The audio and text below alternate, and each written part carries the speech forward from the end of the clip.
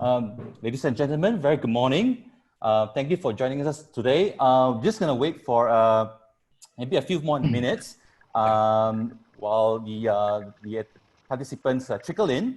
But very just quick intro here. My name is Lau Zheng Zhou, Research Manager for the Economics and Business Units at Ideas, and I will be the moderator for this session. This is the fourth Ideas webinar on COVID-19. Before this, we discussed about ensuring food security and access, and also the role of parliamentary democracy on delivering the stimulus package. If you're interested to watch the recordings of our previous webinars, please head to our Ideas website under the past events. We'll post our videos there. And also due to popular demand, we are now live on Ideas Facebook page and also YouTube. Our topic today is on stimulus package for SMEs. The Prime Minister announced on Monday additional assistance for SMEs under the Prihatin Tambahan, amounting to 10 billion ringgit to soften the impact of the Movement Control Order, MCO. Some of these assistance, some of these measures include an expanded wage subsidy program, a special grant amounting to 3,000 ringgit, micro credit scheme by the banks in Padang National being zero rated from 2% initially, and also discounts on rental and also foreign workers levy. These measures came after strong response from the business community over the lack of support given to businesses, especially SMEs, in the previously announced 250 billion Prihatin Rakyat stimulus package. After all, SMEs contribute to some 40% of the country's GDP and also 2/3 of the employment. But this raises few questions on the role of government in the economy. Should we expect the government to rescue more businesses, or should businesses increase their own effort to adapt to this new environment? How far can businesses sustain themselves with existing measures? Or are they meant to be just stopgap measures while we await a more sustainable recovery plan?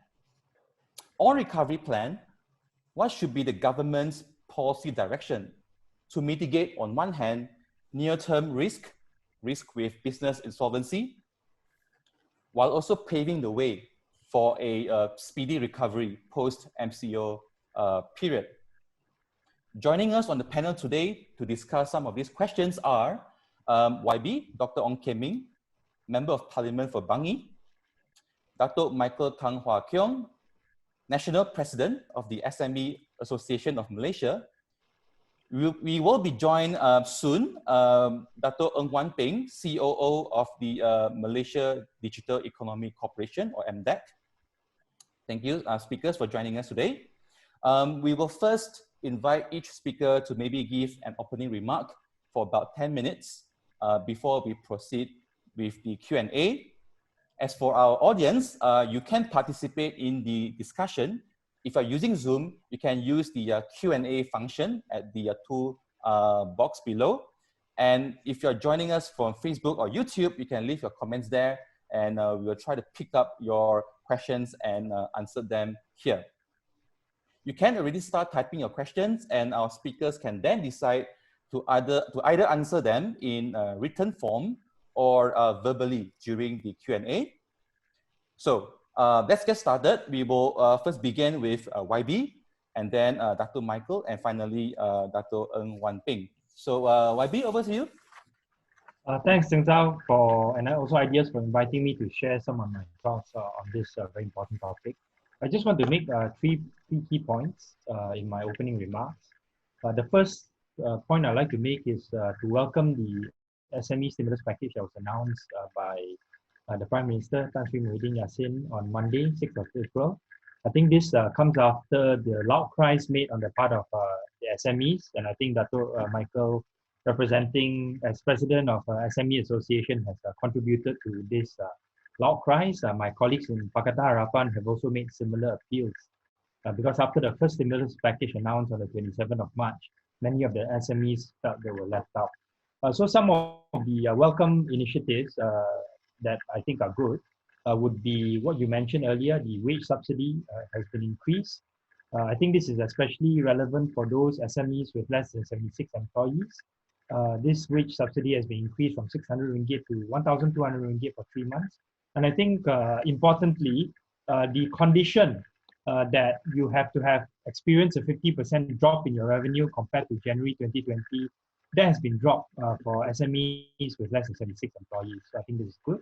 The cash injection or grant injection of 3,000 ringgit for 700,000 micro enterprises, I think this is something new and also good.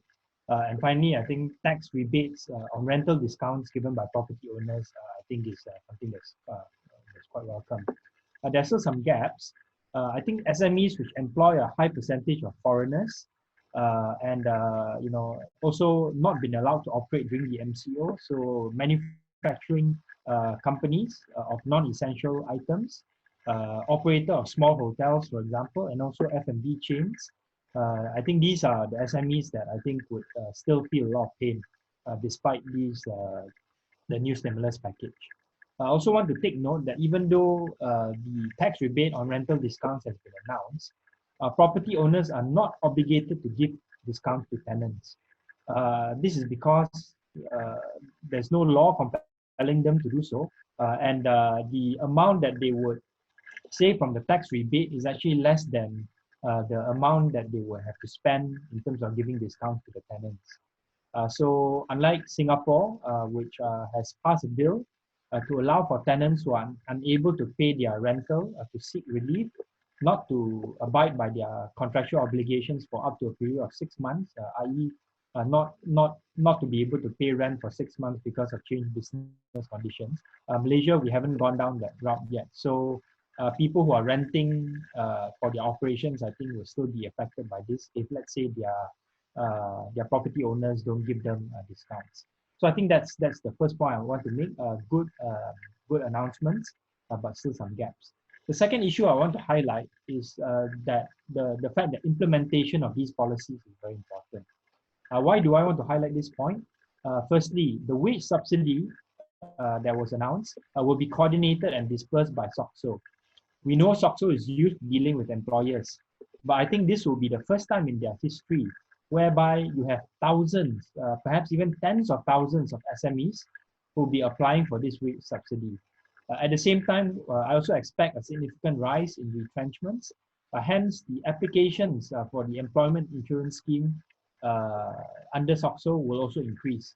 So I definitely foresee SOCSO being overwhelmed by these requests and not being able to process these claims in a timely manner. So because of this, cash flow of the SMEs may be affected as well. And the second issue with regards to implementation is the financing scheme for SMEs that has been announced by Bank Negara, which has set aside 5 billion ringgit for a special relief facility of up to 1 million ringgit per SME as working capital at a subsidized interest rate of 3.5%. I think this is a good scheme by Bank Negara, and this will be facilitated via local financial institutions, basically your local banks. But I'd like to point out that SME Association did a poll among their SMEs, and more than 75% of the SMEs which responded said they had not applied for this SRF yet. Whether it is because the information on this SRF is not really forthcoming, the banks are not really pushing this out yet, and perhaps SMEs want more certainty. They want to wait until the lifting of the MCO before they apply for this facility. I think probably Dr. Michael will be able to give more inputs on this. So getting the information and processing these applications will be key. Zeng Zhao also talked about how BSN is providing a 0% financing scheme. This is up to 75,000 for micro enterprises, which are defined as enterprises with revenue of less than 300,000 or enterprises with less than 5 employees. I think this is a good initiative. 700 million ringgit has been set aside by Bank Simpanan Nasional for this. Again, getting the information out there is key, and processing these loan applications in a timely manner will be key. The third and final point that I'd like to make, which is probably the most important point, The title of this seminar is the exit strategy that we want to identify. And I think the key towards a good exit strategy is for there to be good preparation in anticipation of the lifting of the MCO. The MCO cannot continue indefinitely. So I think the biggest question mark the SMEs face is under what conditions this MCO will end. We'll get a little bit more clarity today, this afternoon, when announcement is made on whether the MCO will be continued after 14th of April. But I think that the key here is how do we prepare to end the MCO? Because the more prepared we are, the higher the probability that the MCO can end sooner rather than later. So we have to prepare, because if we fail to prepare, then we prepare to fail. So for example, the government has classified zones, 4 zones around the country, depending on the number of cases of COVID-19, red, orange, yellow, and green. So there may be, for example, a gradual lifting of the MCO conditions according to these zones. In zones where there are fewer cases, perhaps there can be fewer restrictions. Restaurants, for example, can operate in green zones, and businesses can start operating in green zones. Large-scale gatherings, I think, will still be prohibited. So in the meantime, as these conditions are gradually lifted, what I really want to see is new SOPs being announced by individual ministries, and this can come under the overall jurisdiction of the National Security Council or the Majlis Keselamatan Negara. So this can give guidance to various businesses to continue or to restart their activities, so that there is better preparedness on the part of businesses and also peace of mind on the part of the rakyat. And this exit strategy is key, because a quick transition to a new normal would be able to give confidence to the SMEs that we are ready to face a gradual lifting of the MCO, and that we will not have to face another MCO if, let's say, there's a spike in cases in the future. So those are the 3 key points I want to make. Thanks. Thank you, YB. So while recognizing that parts of the stimulus package is good in the right direction, you also pointed out some gaps that should be given consideration. For example, the implementation using the existing institutions, whether or not they could be overwhelmed. Financing scheme from Bank Negara Malaysia through the local banking institutions. As you mentioned, 75% of the surveyed SMEs have not applied for the funds yet. Why haven't they done so? It could be because of a lack of information or uncertainty. And lastly is on the return to normalcy. As soon as the MCO is lifted, or in the process of lifting MCO, we should anticipate SOPs from individual ministries to provide better guidance. If I can just go to Dr. Michael, do you have any response to the stimulus package that was announced? How do we find, how is our SME community interpreting these measures? Okay, I think connection is an issue. We will just wait for the connectivity to resume on Dr. Michael's side. But if I can just ask some follow-up questions, YB. You spoke about conditions just now. For example, the expanded in a new and expanded wage subsidy program. The government has dropped that 50%. You have to demonstrate that you have. Sorry. Hello. Hi, Dr. Michael. Good to have you back. The line cut off. Yes, okay. Yes. Yeah. Sorry, because internet here is still unstable. Okay, morning, YB and Lingyan, and also the Dr. Wampeng still cannot log in, is it? Okay, thank you. I think thank you for YB's highlight. This similar package. When the similar package 2 announced, I think a lot of when you saw the package did not really address the SME. I think we face a lot of SME give me the feedback, they are. Dr. Michael, we can't hear you. Would it be possible maybe for you to stop the video and using the audio instead? Perhaps that would be helpful. Okay, looks like Okay, here. Okay, let's use audio for now. Yes. You use audio first. Okay. Okay. Thank you for YB, Dr. Ong, highlight on this similar package, additional similar package after the similar package 2 announced, and then we have been submitting a lot of proposal, to the government, and then we try to find a way up to the, to submit all our proposal up to the Prime Minister office, and we hope that the Prime Minister can pick it up and listen to us, then from there, then we would meet up with the quite numbers of ministry, include Minister of Finance, Economy, EPU, MITI as well, include also Human Resource Ministers. We meet, discuss, because of the second similar package that come out, and they put out a lot of condition. The SME only, they only give subsidies 600 ringgit. At the time they set all the condition. There's no retrenchment, no negotiation, no pay cut, no not everything not allowed. And also that time SME, most of the SME is already faced very frustrated. They're prepared to shut down the company, since the government are not allowed to do anything on their expenditures, and also that is why they're rather shut down, since this is nothing to lose, to cut down the cost. So I told them to maintain the numbers of employment, we should not do that. So we have to find a way to get the government to seriously look into our issue, our problem, and get it done. So that's why when I negotiate with Human Resource Minister, I told him, she should allow, SME to negotiate with their, especially those 4,000 and above, allow them to negotiate with their employee to take pay cut, or to take unpaid leave, whatever. All this, I think this is most important part.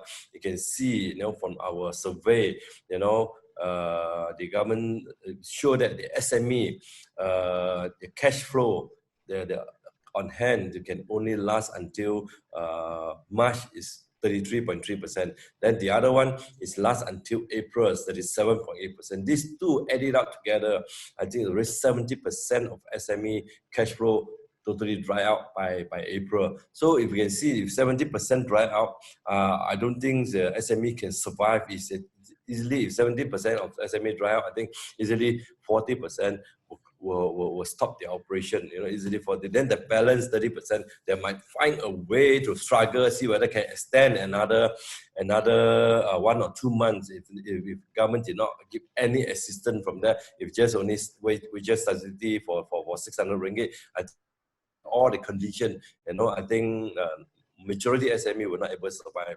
And the other part, I think I also focus on the most critical part is the micro, because micro within the SME, about 700,000, almost 76.5% of SME is under micro. This group of people is really struggling. They're not able to survive when totally shut down, MCO time, because as you know, that most of the micro, whatever they operate every month, whatever profit they make is just enough for their food on the table, to take care of their family. If shut down, that means this micro will facing a huge problem, because they still need to pay all the other expenditures like staff salary, rentals, and all these statutory payment or facility, all this.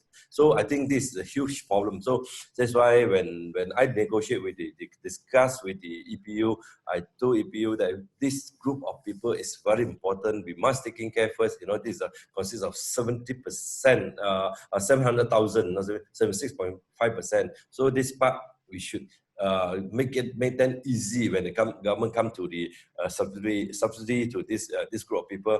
You should not ask set too many conditions, provide all the proof, you must prove your sale drop, all the, I think micro, majority of them, they don't have account, they're not even record how much they sell, whatever their money on hand, they continue run their business, and if you ask them to prove the sales, I think not easy, So we say, can government to do a lump sum subsidy and help this micro with the wages subsidy, with rental, include the other fixed expenditure, a lump sum figure. That's why end up government agreed to come up every micro when they claim they can get 3,000 ringgit subsidy, I think at least for them to breathe, because the whole month, one whole month lockdown, I think is really kill them, you know. So I think this is the main concern about that.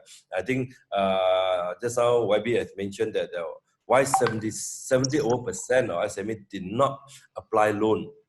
I think a lot of SMEs facing huge problem when they go to the bank to apply this. You know, they have a lot of documents you need to just, when they set a lot of criteria when they first announce. You know, everything you must prove it, 3 years sales record. You must prove you must turn over. You know, shareholder fund cannot exceed 5 million. You know, you must prove everything. You know, certain industry they are not able to accept. You know, even yesterday I also heard that I think 8 or 9 industry I think is blacklisted by the bank. You know, so bank are not going to lend to this 8 to 10 industry. So whatever apply application, they wouldn't even accept the application. That's why you can see a lot of SMEs reluctant to go apply the SRF, because the bankers, and the other one is banker only taking care of their customer. Okay, in our country, you know, 70% or even SME did not apply loan. Why SME did not apply loan with 70%?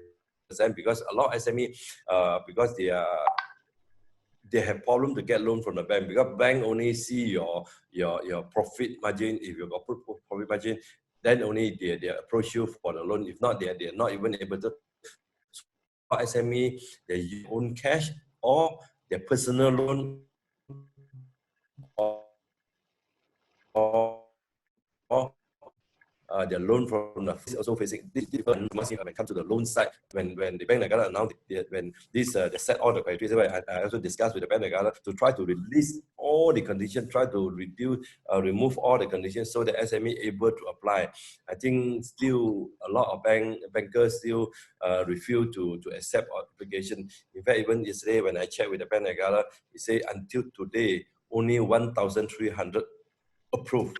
You can see Malaysia, we don't talk about micro, we talk about small and medium. Added out, if we minus 700,000, still got 200,000 SME in the market waiting for getting loan from the banks as help. But until yesterday, only 1,003 approved. But 1,003 approved, this 1,003 still not able to release the fund. Why? Because of lockdown, because of the banking's ecosystem are not working. You know, lawyer not working, commission are not working. You know, cannot prepare all the document. So already April, you know, so a lot of SME, when they get the loan, they had to pay some statutory their staff salary. They got not enough fund because lockdown.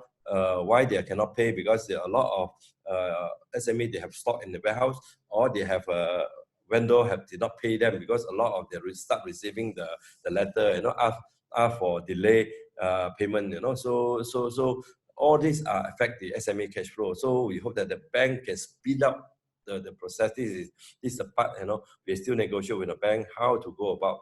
The other thing, I think the most important we are looking at also, I think Dr. Wamping is here. I think we also quite work closely with MDEC now to how to help the SME after the COVID-19, you know, how to recovery, you know, how to embark into digital. I think after this COVID, most of the SME, the business models, the way of doing business will change. You know, the whole ecosystem in the SME industry will change. They have to adopt technology. They have to go online. If without technology, I don't think SME can survive after this COVID. Those who still use the traditional way of doing business, I think not able to survive anymore. That's why. Thank you for Dr. Wamping to give us full support. You know, we work closely. Even yesterday, we have section online section with the MDEC. There's about close to 3,000 over viewer listen to the whole how MDEC can help, you know, to work with the association help the more SME to embark into the digital online. When last few section, when I have online, a lot of SME ask, how can we embark into digital, because we have no experience, we got no manpower, we got no knowledge at all. So anyway, for us easier to do it. This is all we are looking at, how to help the SME, how to handhold them, because SME need handholding. That's why we propose the government can government post COVID-19, can government set up, help to work with the industry to handhold this SME to move into the digital. I think this is very important for the SME to survive after the COVID-19. If not, I think the traditional SME definitely will close down, because their on-hand cash is limited. That's why, and when during our proposal to government, we also asked the government to allow those SME doing export and they embark into the online business. They allow them to operate in the minimums, partially operate, so that they can generate some cash sales. It should not limit essential services only. It can also allow non-essential, the whole supply chain to work, so that they can generate some cash to ease their cash flow, so that can help them to release their better cash flow. So this is also we are discussing. That's why yesterday I also have meeting with MITI also. I think cabinet also in principle agreed to allow certain industry to operate soon. So we have discussed how to get proposed to the MITI what industry allowed to operate in partially, so that they can fulfill the orders, especially we talk about export business, because we are the global supply chain. And a lot of our members call me, they are supposed to deliver their component to US, to China, but now a lot of orders have been cancelled because we cannot fulfill their orders. That some of them also receive the penalty as well, because we did not declare anything. So that is why also SME facing this issue. So we also request the government allow this doing export, since we are part of the global supply chain. They should allow to operate partially and fulfill the orders, and we should that we will not lose our sales or our contract. As long as if we lost a contract, then the orders, the buyer will give the order to Vietnam or Thailand or Indonesia. At the end up, we had to wait another maybe 2 years contract, after 2 years, we can get back the sales. I think this is the problem we are facing. That's why governments are considering. We hope government can announce as soon as possible, allow those industry, those can start operate a bit, partially, so that, but they have to follow the SOP, KKM SOP, the measure when they operate. I think this is the few key points I highlight. I think I pass it back to the host. Thank you so much, Dr. Michael. Thank you for really sharing the experience on the ground. It gives us, at least we recognize the severity of the situation on the ground. You started off by mentioning some SMEs actually found it more sensible to shut down so that they do not have to pay for some of the costs. And clearly, cash flows, liquidity is a big issue. As you mentioned in your survey, 70% of these SMEs will find their cash drying up in May. And this could then lead to more insolvencies. You mentioned that micro SMEs, 700,000 plus, they struggle to survive, and not many of them can meet the credit checks of banks. Perhaps they rely on savings to get through. So the implementation of some of these measures may not be very straightforward to cover all SMEs. Timeliness is an issue. Given the lockdown, lawyers can't do the work, they can't speed up the process. Banking capacity is also being tested. And you quite rightly pointed out that maybe the exit strategy is to work on digital solutions, so that firms, SMEs can adapt to a new environment. And this is where we will hear from Dato' Ng Wan Ping, of the Malaysia Digital Economy Corporation. MDEC is tasked with pushing forward Malaysia's digital economy. In fact, we've been talking about SMEs having to transform itself way before MCO or COVID, IR 4.0, how it transforms and challenges, disrupt business model. Now is the time to do it. And how do you see MDEC playing its role in this time of crisis, Dato'? Thank you. First of all, good morning to everybody, and sorry for jumping in late, having some technical issue. So now I can imagine for the SMEs who have never used technology before, what kind of challenge they are facing. Thank you, Dr. Michael, for sharing the work we have done together. So I just want to give a just quick view about the packages, because even though we say it's a stimulus, but most of the time, if you look at what is put out to so far, the 3 packages, with the exception of mostly it's actually for support rather than stimulus. So that's my personal view. So I believe that the support is really important, because immediately people need this kind of support for them to weather through this immediate needs. But moving forward, if you really want to get out of this, hopefully it's a deep V curve, then we really need to have a good stimulus package in place, or some measure to be put in place. From our point of view, digital is definitely one of the key areas we need to put a lot of emphasis on. We look at some other countries, in particular in China, they are talking about future structure, which is very digital in nature. So they are going to put in investment to drive. Dato' Wan Peng, if you can hear me, would you like to stop using video and using audio instead? In the meantime, please feel free to send us your questions. We are looking at all your questions, and I'll be able to pick them if it's not already been answered in the Q&A. We have a lot of questions on SMEs' readiness for fourth industrial revolution, technological upgrading. There's also some questions on microcredit schemes. How will it be distributed? Will it actually be reached to micro SMEs, I think? There's also a very interesting question on if MCO is prematurely lifted before the COVID-19 cases, and then having to reinstate MCO later, say if there's a second wave or third wave of infection. It's quite hard to work when businesses are on a risk-on, risk-off mode. Okay, I think we'll be in touch with Dr. Wan Peng to try to figure out the technicalities. But if I can just maybe ask this question to both our panelists, YB, Dr. Ong Keming, and also Dr. Michael Kang. On the question of implementation, I think both of you raised the issue of implementation quite a lot.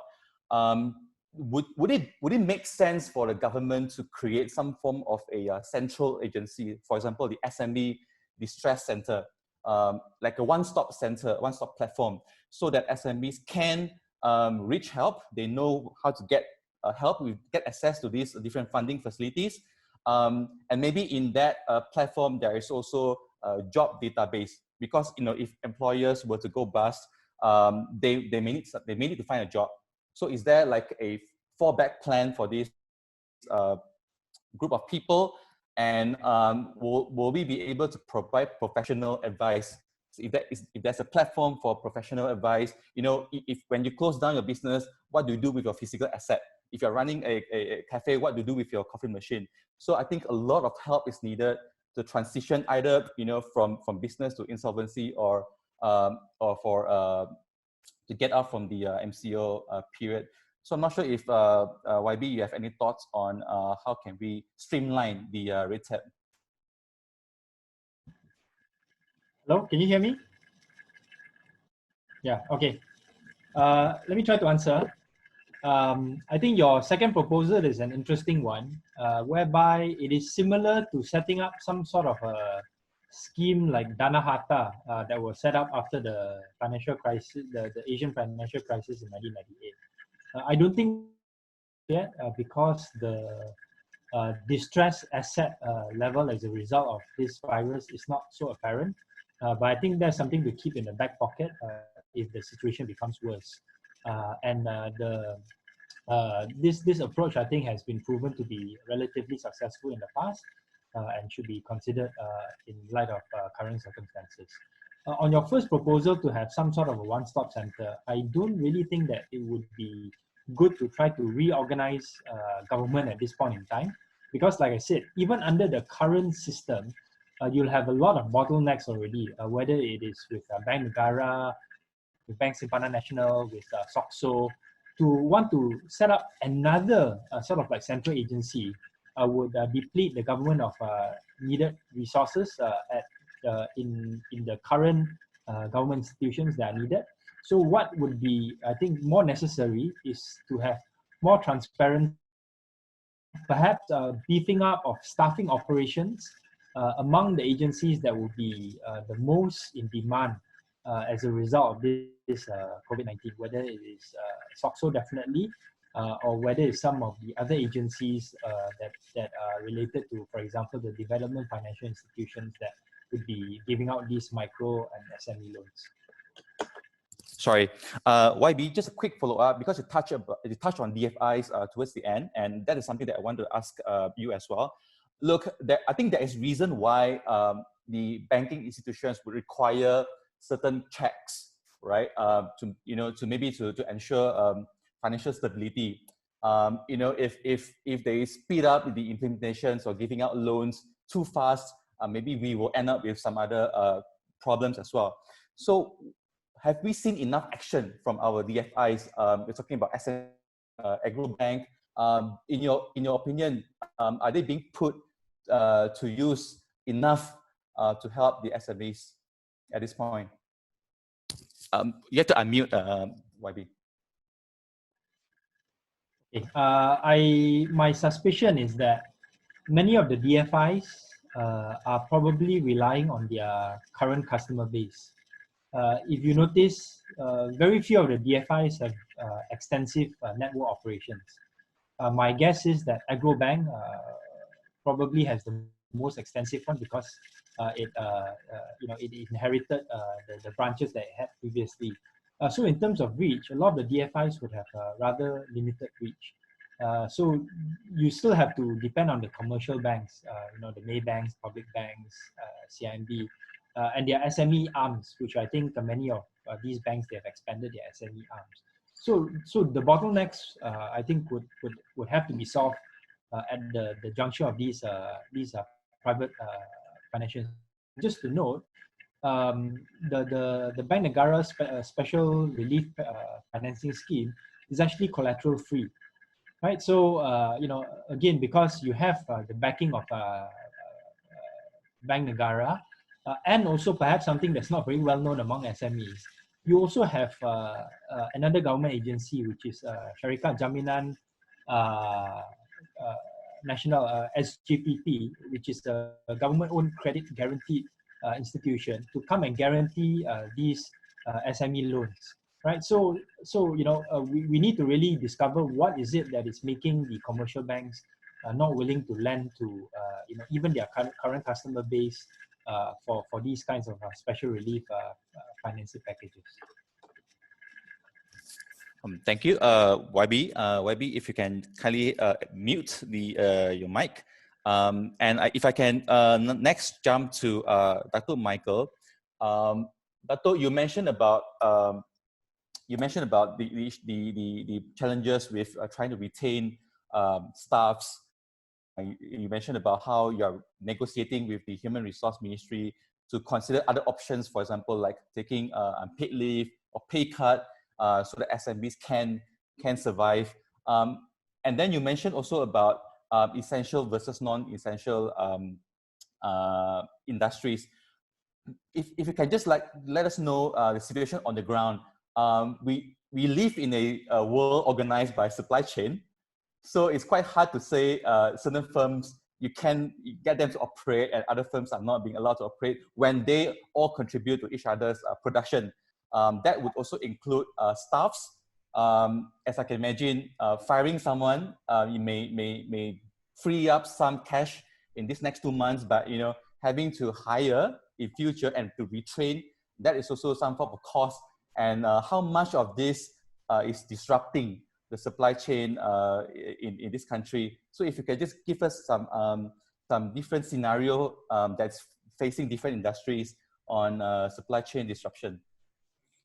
Yeah, I think definitely when MCO kicking, I think a lot of me facing quite a number of problems when it comes to the essential goods, essential services. Essential services, they are the whole supply chain. They're facing a huge issue because as the MITI don't have, or government don't have the detail, what the private do, the whole supply chain. How can the supply chain they link up together?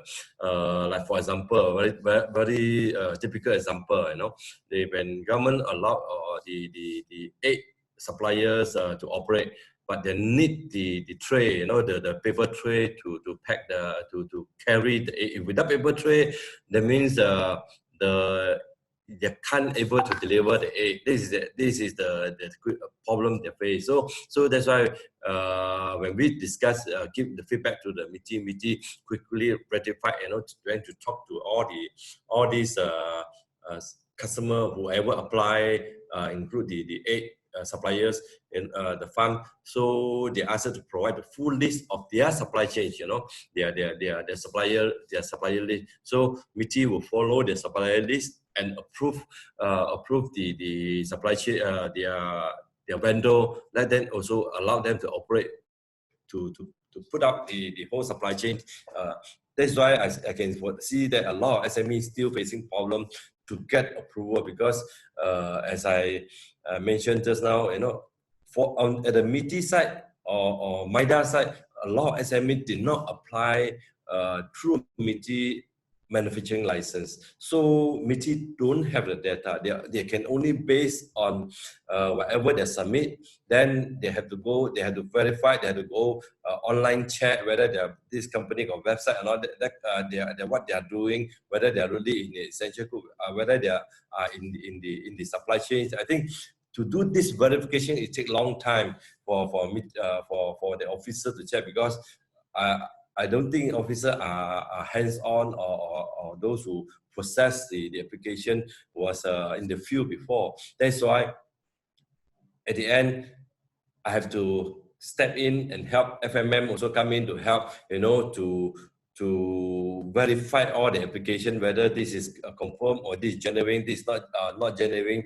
This one can approve, that one not allow them to operate. So this is what we are also helping a lot when private sector coming in. So to make sure the whole supply chain will run smoothly.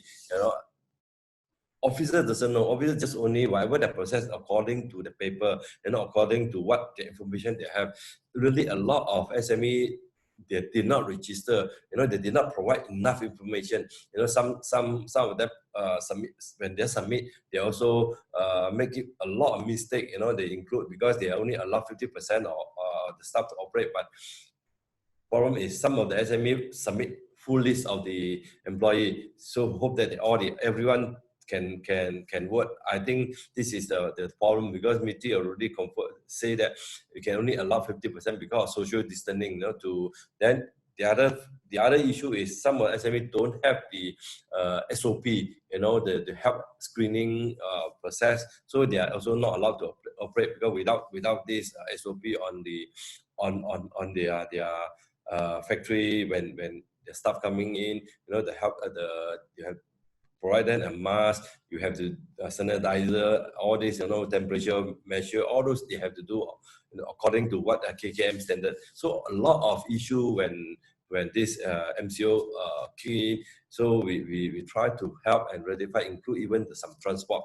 Logistic company originally, they say, oh, they can allow to operate. Then say they operate, but they're facing a lot of problems, the roadblock. Then the police ask them to turn back without any document. All slowly we have to give a feedback, and then the government slowly then rectify and then make it easier. This is why it takes some time to work it out. Thank you, Dato. If I can just ask YB Ong, is there any way for us to streamline the bureaucratic process in MITI? You have to unmute, Wabi. Yeah, I think I probably should speak up on behalf of my former colleagues at MITI. I think they were inundated with thousands of applications within a short YB, period. I think we are losing you there. If you can hear me, Hello? Yeah, I can hear you use fine. audio instead. Yeah, sure. YB? Yeah, can you hear me? Hello? Hello, can you hear me? Yes, yes, yes. Okay. Maybe can hear. Yeah, so to speak up on behalf of my former colleagues at MITI, I think they were inundated with thousands of applications in a very short period of time because they were only given about 1 day's notice by the Prime Minister's office to prepare for the shutdown. I think they face a very tall task in terms of coming up with the SOPs on the fly on these applications. And then at the same time, like what Dato' Michael said, many of these SMEs in the manufacturing sector, they don't have manufacturing license because they are too small. Their shareholder capital is less than 2.5 million. So their records at MITI or at MIDA may not have been so complete.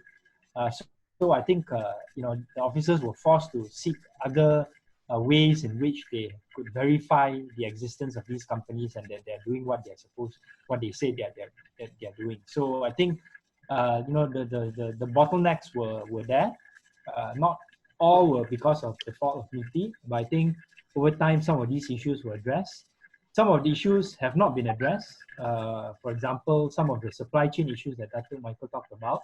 And I think this would be key in terms of the next phase of the MCO, or whether it's lifted in stages, or whether it's lifted completely, or whether it's extended. There has got to be some certainty with regards to when these manufacturers can continue at full operations, and also those who have been not allowed to operate, when they can start their operations. That would be very important. Thank you, YB. Dato' Wan Peng. Hey, it's good to have you I'm back. in again. Yeah.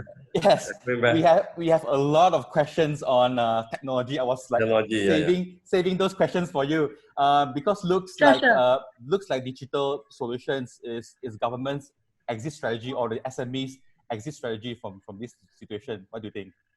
Yes, I agree totally, because what happened is that consumer behavior will change, and we need to bring more people to go digital as soon as possible. So let me just give some example. Some of the quick win will be trying to go online for the traditional business. That the term we use is e-commerce, and currently, so regardless of whether you are referring to whether there's a new stimulus or not, there are already a lot of existing initiatives that are driven by many government agencies, including MDEC. We are championing the e-commerce.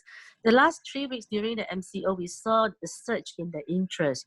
So we have something we call it Usahawan, where we have our trainers that go out. You can imagine 80,000 people actually came to the platform and tried to understand a little bit more of what they can do. So we see that this is something you can call it quick win, but it's not just quick, it's also medium and longer term, because as many people go online, that their business can continue. But of course, I know that there's this supply chain issue, that if the manufacturing cannot produce, you still have some issue.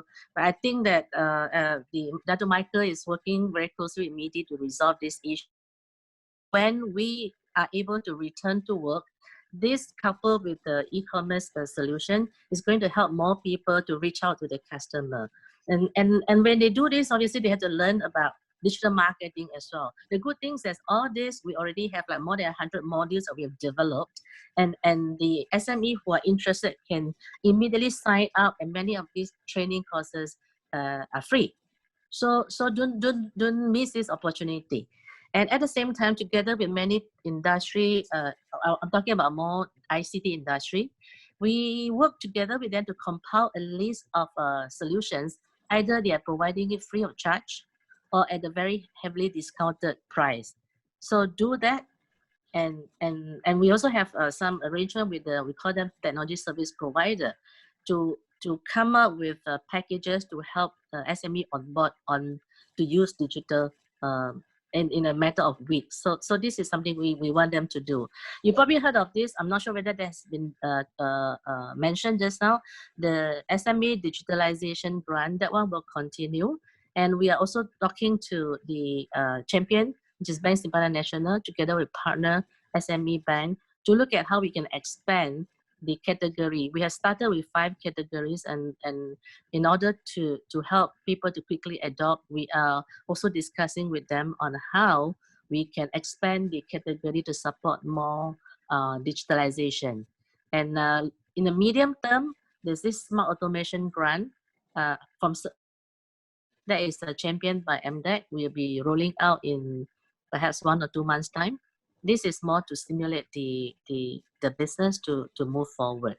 So I believe more such initiative will be pushed to the market for the businesses to continue. It's our strong belief that if you really want to not just survive, but to move forward, because after the COVID or after the MCO, just now I got stopped before the technical area I was just trying to say that consumer behavior will change a lot, and it's high time. And don't wait anymore. Just proceed and do something to digitalize the business.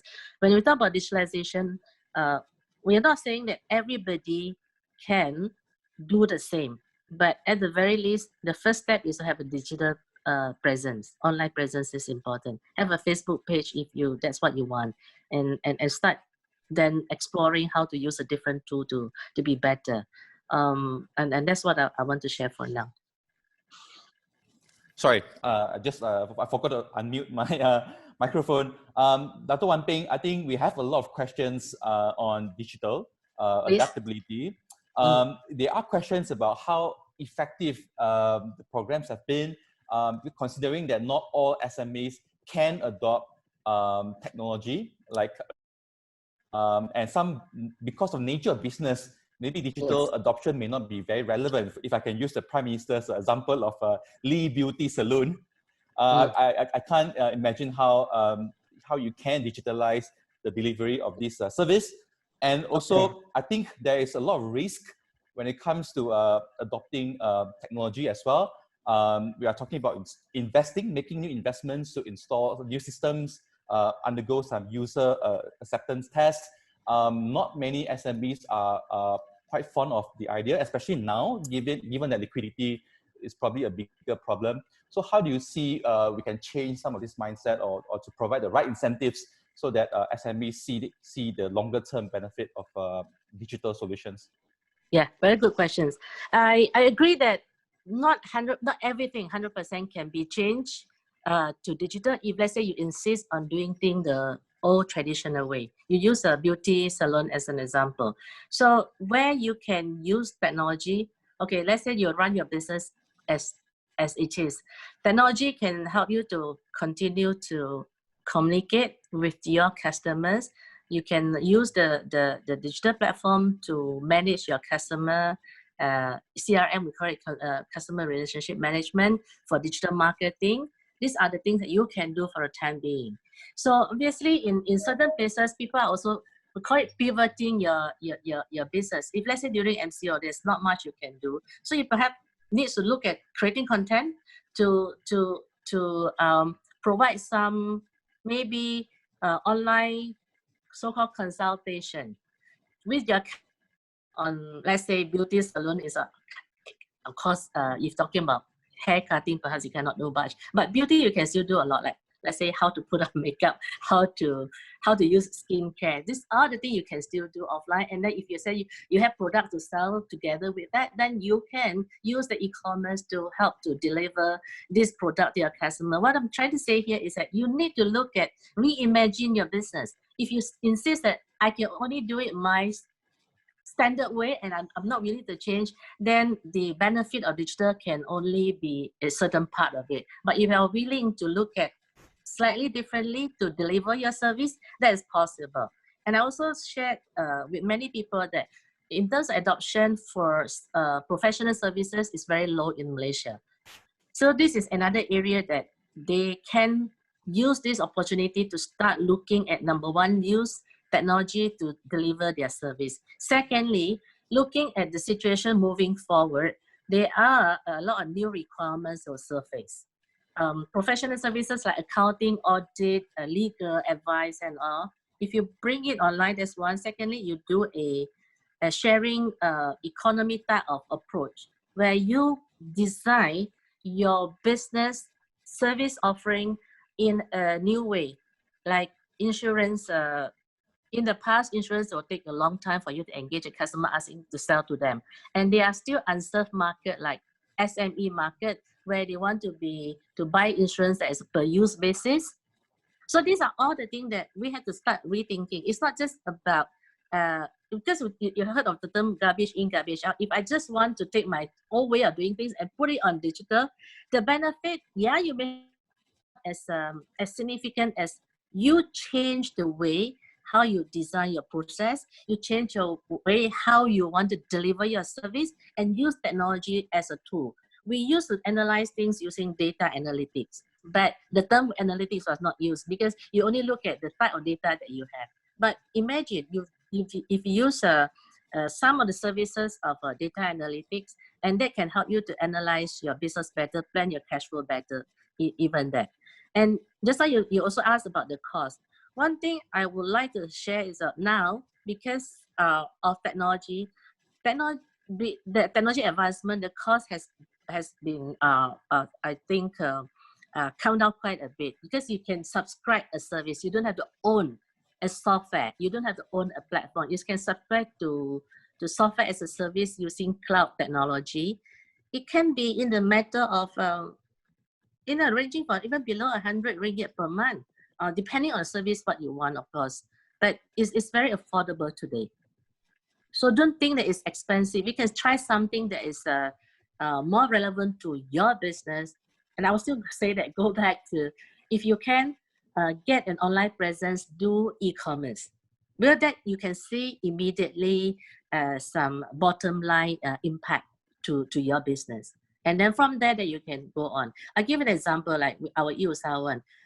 After many years of trying to see how we can help SME, we realized that they need to generate sales. So we help them with that first, generate sales online, and then link them out to delivery services, linking them up with the payment services. All these things can be done easily already. And after that, we start introducing to them bookkeeping, simple accounting, and these are all online service. But because they already to use the digital platform to generate income, then they realize that having some of the digital bookkeeping actually help them to reduce the workload, and eventually it help them to plan their supply chain and all. It is very possible. Don't have to worry about which technology. It's actually worry about, you should focus on how am I going to use this tool to run my business. So change your mindset. How do I run my business differently than which technology to use? Because the technology will come. And I identify your problem statement first. Right. I think, Dr. Wan Ping, what you're trying to say there is that when we talk about digitalization, it's not just about delivering your product and services digitally, but also to try to add value in terms of packaging it in your product mix and combination. You have different value add using digital, where you can promote, you can cross-sell. So I think that is a very interesting point. I want to bring your attention to this little infographic that IDEAS researchers produced. We compared the stimulus package for SMEs between the Malaysian and the Singapore version. If you look at this infographic here, you can see that maybe for Malaysia, we have a little bit more spending in terms of operating cash flow. So this includes discounts on electricity, working capital, but in terms of upskilling, the Singaporean version is like a few times more than what we proposed. So I think maybe the reskilling, the digital adaptability can help to speed up the exit strategy. I have a question though for Dr. Michael. A lot about digital solution facing the client, I think. But what about digital solution in the intermediate production? So we're talking about factories adopting automation. Maybe this is the best time to do it because because of human movement restriction, you can use machines to replace, and it could be also used to address dependency on foreign labor. But what's your reading? Do you think firms are ready, or are they interested or keen to invest in such thing during this difficult time? Thank you. I think a lot of SME, I think during this, after the COVID, I think a lot of SME, especially manufacturing factory areas, they start thinking about how to embark into the automations or even using AI, robotic, to run their business. I think also the other thing is that reduce the human touch, as what you mentioned. But it's not easy for SME to do it.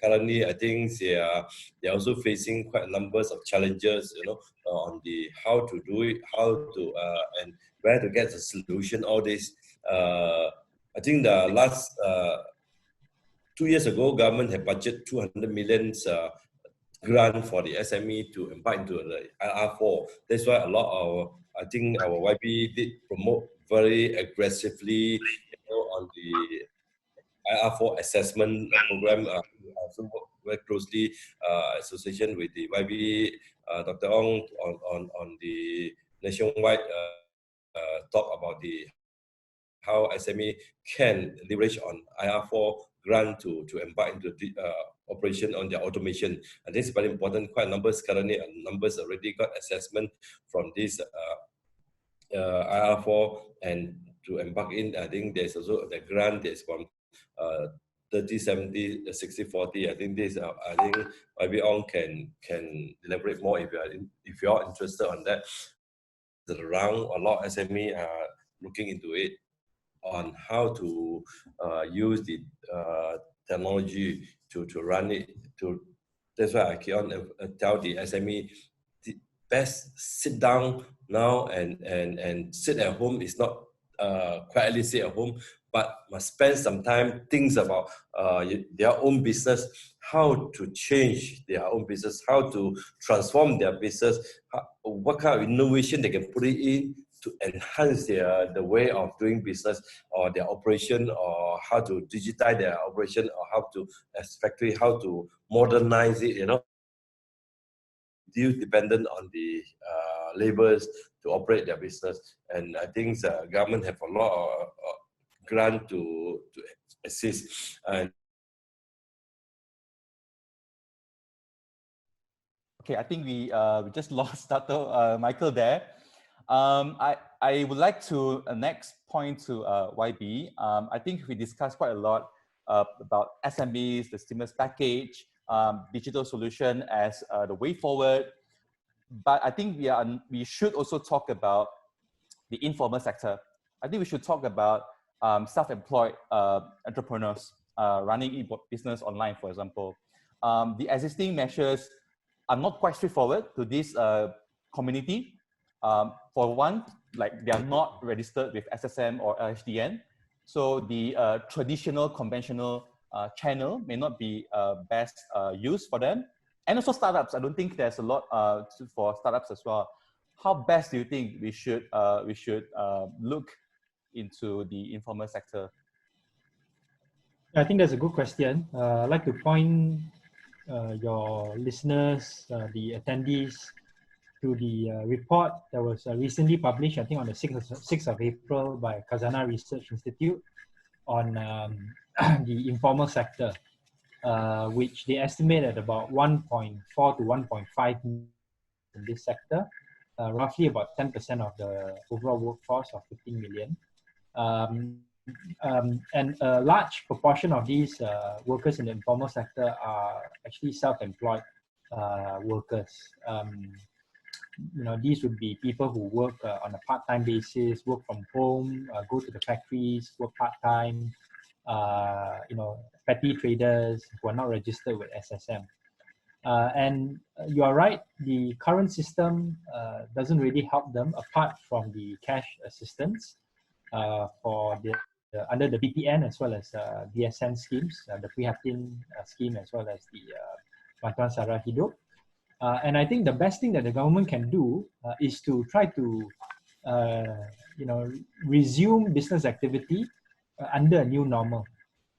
So set out the conditions by which the MCO can be gradually lifted so that these individuals can continue to operate, albeit probably at a lower kind of a revenue stream, but at least they can go out to do their businesses.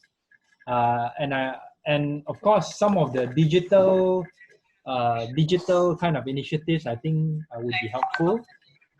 For example, Ramadan is coming up soon, and many Pasar Ramadans won't be operating.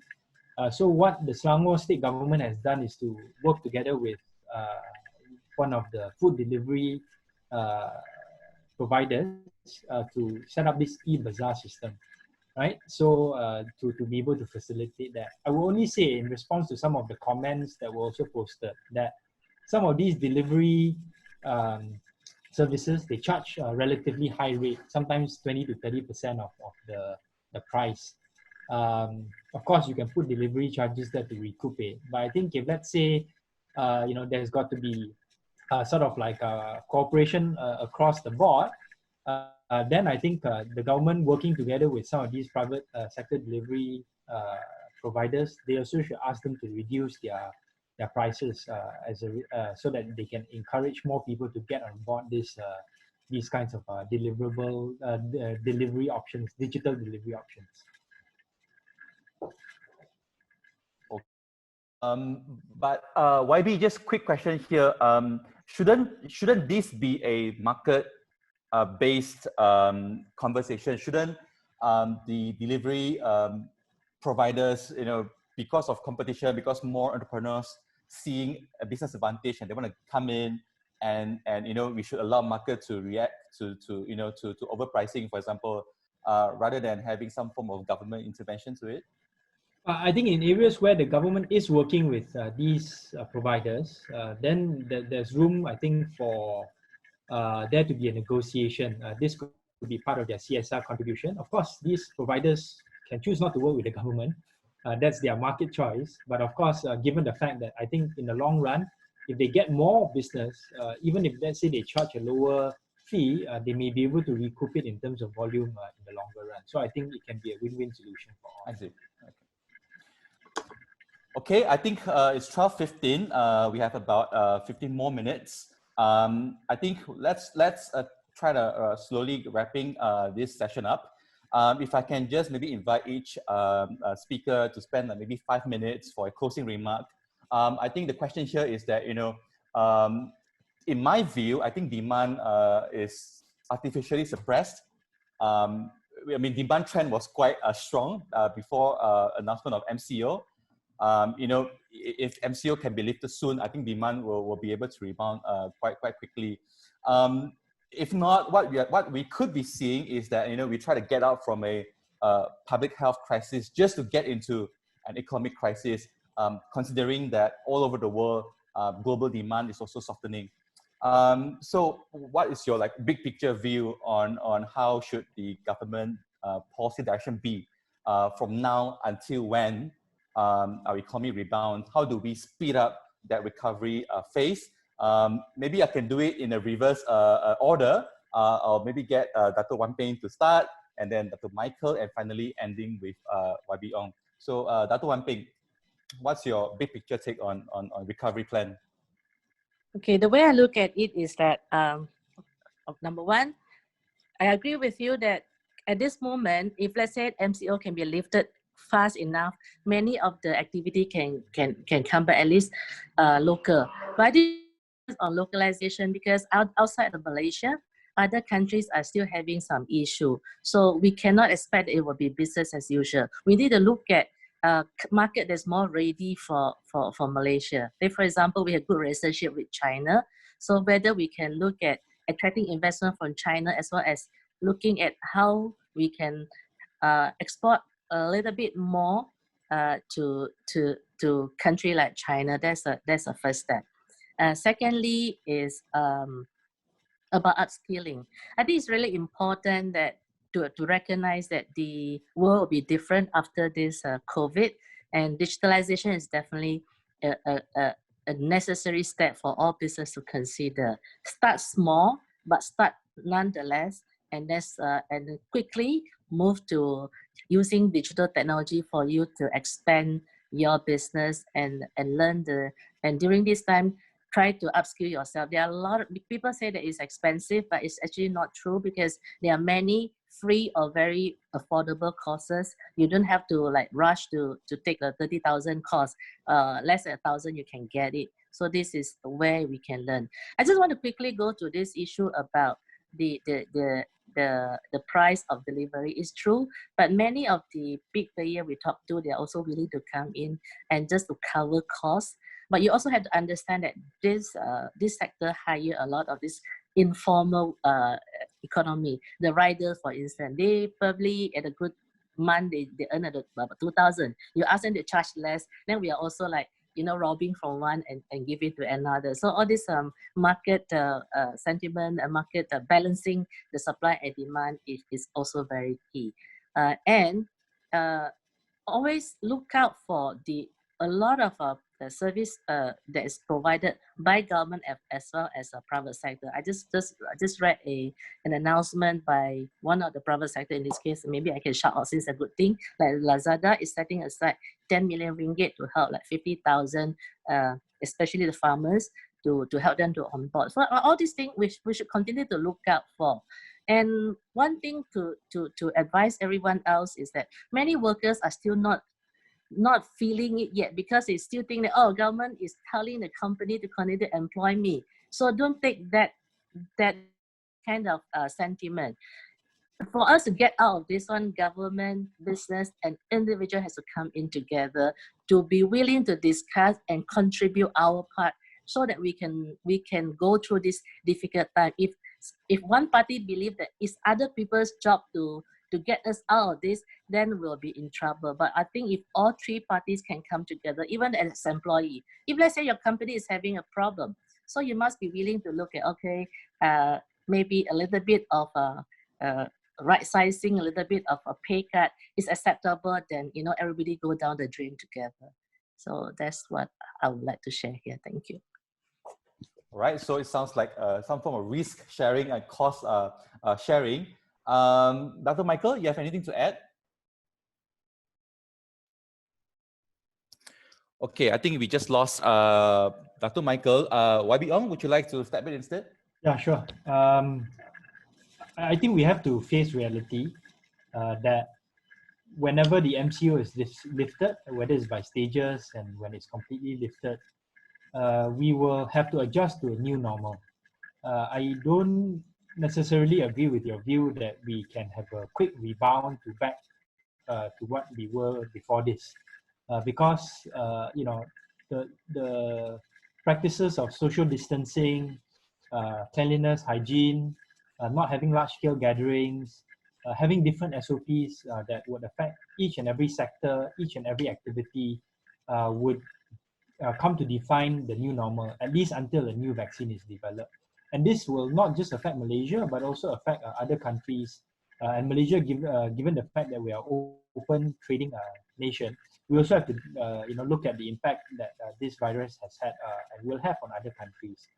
So we're in for a tough year in 2020, but we need to work together. I agree with Dr. Wan Ping to say that we need everyone, all the different stakeholders to come together to see how we can work out the best solution for the entire country moving forward. But we have to accept a new normal, and the faster we prepare and the better prepared we are normal, the better we would be in terms of facing it and overcoming it and coming out of it in better shape compared to what we are at now.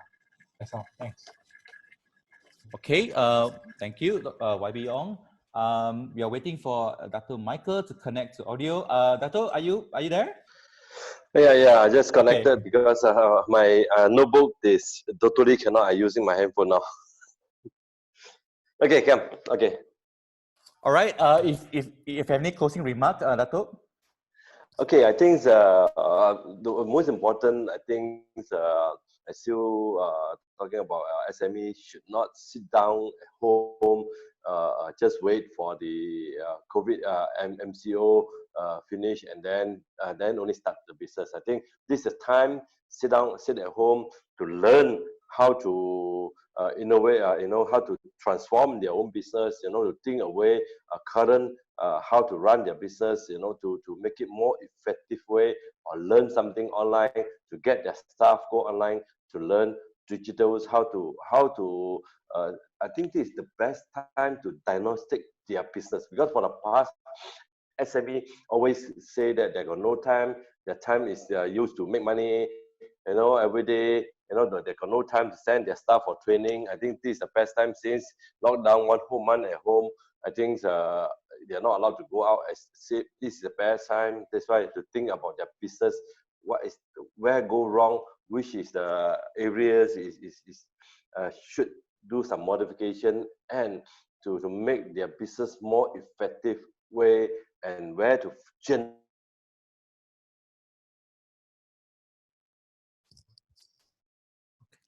Let's just give Dr. Michael a few seconds.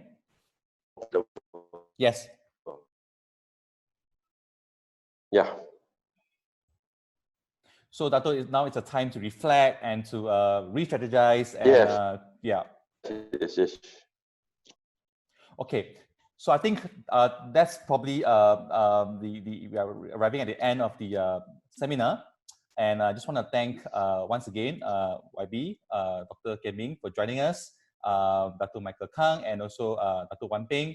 I think we have covered quite a broad spectrum of the discussion on SME. We started off by trying to understand on the ground. I think Dr. Michael, you have given us a few the survey result that's quite scary. I think 70% of SMEs reporting not being able to have enough liquidity to survive this month. We talk, and then YB Ong, you intervene and you raise the importance of addressing implementation. Timeliness is key to ensure that assistance arrive at the SMEs doorsteps.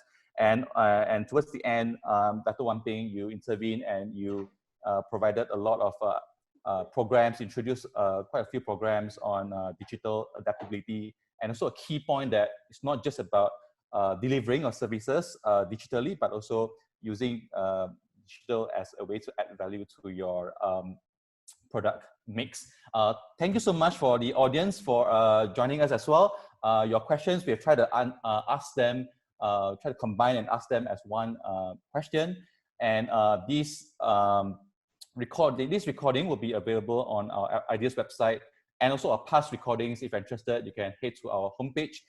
Just a shout out, on 16th of April, I believe that will be the next Thursday, we will have also another webinar on oil economics in times of crisis and energy transition. So feel free to browse through our website. We also have a microsite where the Ideas researchers, we put in all our articles and reports. You can have a look at the papers. Thank you so much. That's all from us. Stay at home, be safe, and I see you next time. Bye-bye.